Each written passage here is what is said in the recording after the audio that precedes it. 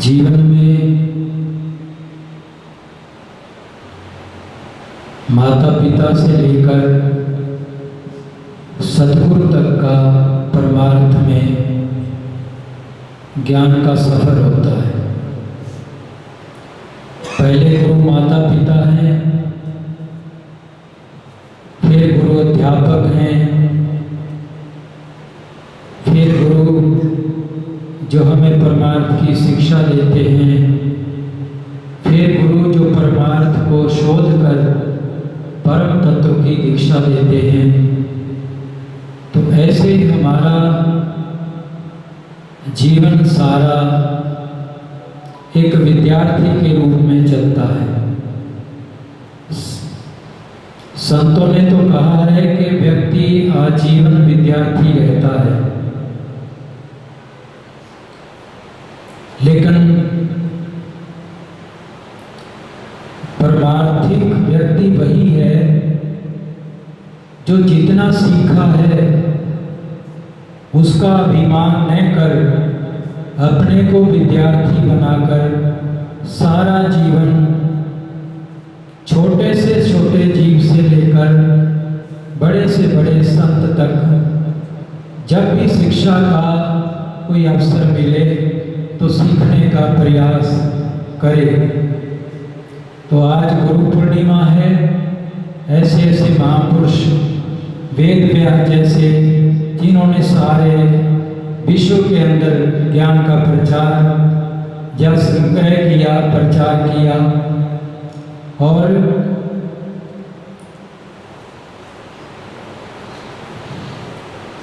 पहले तो आज के दिन पिछले साल सभी हम आमने सामने थे, एक दूसरे के सन्मुख थे, लेकिन कुछ कोरोना के कारण सरकार के जो बनाए हुए नियम हैं उनको ध्यान में रखते हुए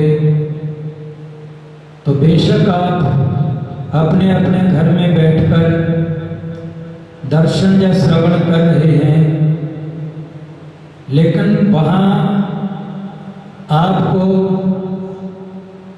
अंदर से हम भी देख रहे हैं। आप बेशक हमें देख रहे हैं, लेकिन अंदर से हम भी महसूस कर रहे हैं आपके प्यार को, आपके समर्पण को, आपकी भावनाओं को, सबको ध्यान में रखते हुए जो आप परमार्थ में चलते हुए तन से, मन से, धन से परमार्थ करते हैं, सेवा करते हैं, भक्ति करते हैं, उन सब के लिए आपका बहुत बहुत धन्यवाद। आपका बहुत बहुत इस गुरु परंपरा से आशीर्वाद। आप हमेशा परमार्थ तत्व में संलग्न रहें। परमात्मा सब जगह है, सब जीवों में है, 84 लाख जूनियों में जितने जीव हैं सब में है।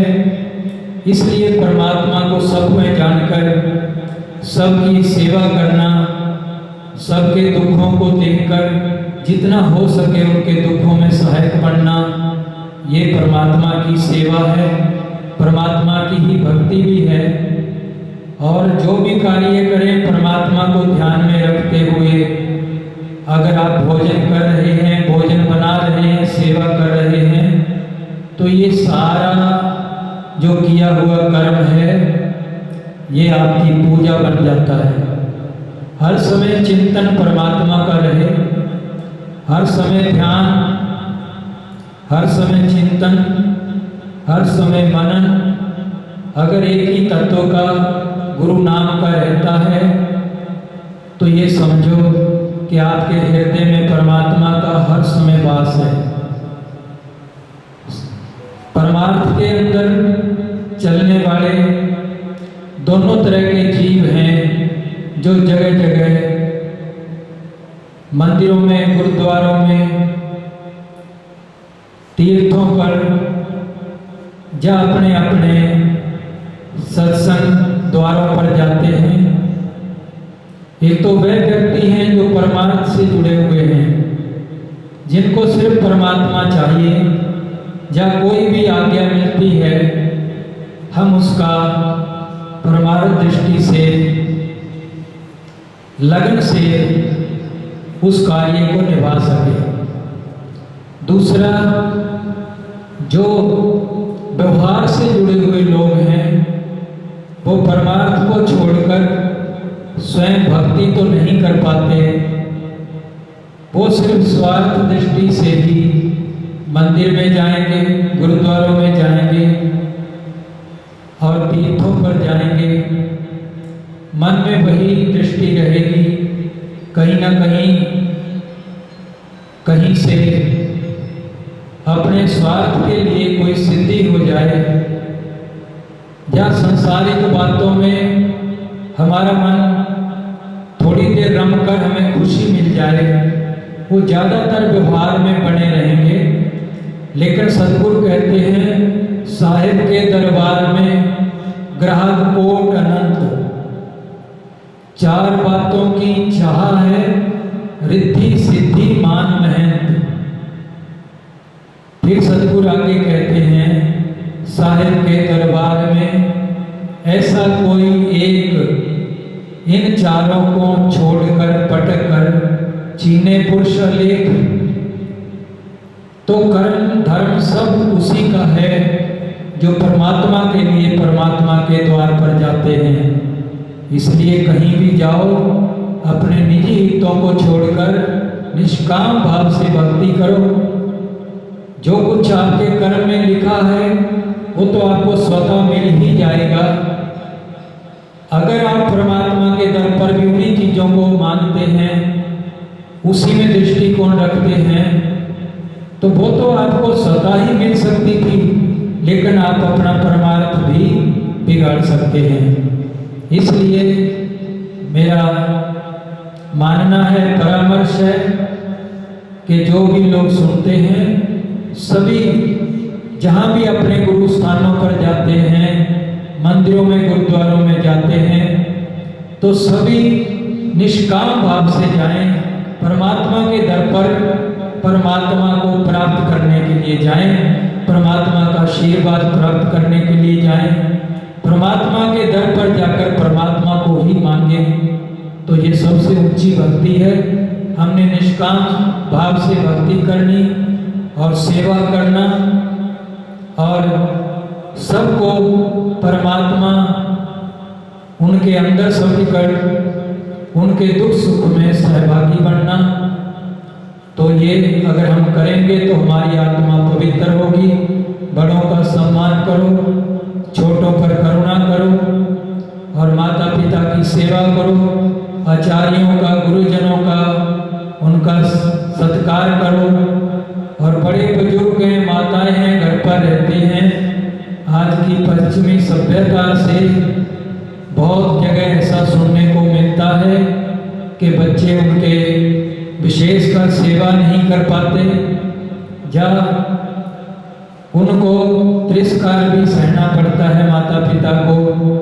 तो हमें माता पिता को भी चाहिए हम छोटे अपने बच्चों को प्यार करें, स्नेह दें, और बच्चों को भी चाहिए हम माता पिता का सेवा करके प्यार लें। तो सारा हमारा घर भी स्वर्ग जैसा हो जाता है अगर हम ऐसे व्यवहार से जीने लगें। तो समाज की सेवा जो घर को ठीक रखता है वो समाज को भी ठीक रख सकता है, और जो समाज को सेवा ठीक रखता है वो पूरे विश्व को भी ठीक रख सकता है। और इसके साथ अगर पूरा विश्व आपने ठीक कर लिया तो आप अपनी आत्मा को परमात्मा बना सकते हैं। क्योंकि किसी ने कहा है भला कर रहा है जो सबका ही आरिफ, दुई भाव जिसका सभी मिट चुका है। भला कर रहा है जो सबका ही आरिफ, दुई भाव जिसका सभी मिट चुका है। खुदी का निशान भी नहीं जिसके दिल में, खुदा की कसम आदमी वह खुदा है। खुदा की कसम आदमी वह खुदा है। तो अगर आप खुद खुदा बनना चाहते हैं तो सब में खुदा का दर्शन करें, सारी खुदाई आपकी तरफ निहारेगी और परमात्मा आपको खुदा बना देंगे। और खुदा बनने के लिए हम परमात्मा के दर पर आए हैं और हम भूल गए हैं कि हम खुदा थे, हम परमात्मा थे, हम उनके पास थे, हम उनमें घुले मिले थे, उनको समर्पित थे। लेकिन महाराज जी कहते हैं हमारे कर्म ऐसे हुए, हम ऐसे धीरे धीरे वासना को लेकर बंधन में पड़ते रहे। गरीब साहिब से सुनना भया भजन बंदगी छाड़, सुनना भया जमार के मुख में जापे हाड। तो फिर सतगुरु कहते हैं इतलग नीचे कर्म है और उतला ऊंचा धाम, सुनना साहिब होत है जो बहुत संभाले नाम। अगर हमने अपने चिंतन को, अपने विचारों को फिर संभाल लिया, परमात्मा के प्रति समर्पित कर दिया। परमात्मा के प्रति समर्पित का मतलब होता है कि परमात्मा को अगर अपने अंदर रखना है तो उसका चिंतन करें, स्मरण करें। स्मरण का कोई माध्यम होता है, वो है परमात्मा का नाम। तो आप परमात्मा का नाम जपें। कलयुग के अंदर इससे बड़ी कोई कमाई नहीं है जो आपको परमार्थ तत्व तक ले जा सकती है। इसलिए अपने विचारों को पवित्र रखते हुए परमात्मा का नाम जपें, गुरु तत्व में श्रद्धा रखें, सब में भगवान को देखकर सबके काम आने का प्रयास करें। परमार्थ में सभी परमात्मा का रूप है। उन सबको मैं नमन करता हुआ मैं अपनी वाणी को विराम देता हूँ। सबको बहुत बहुत आशीर्वाद।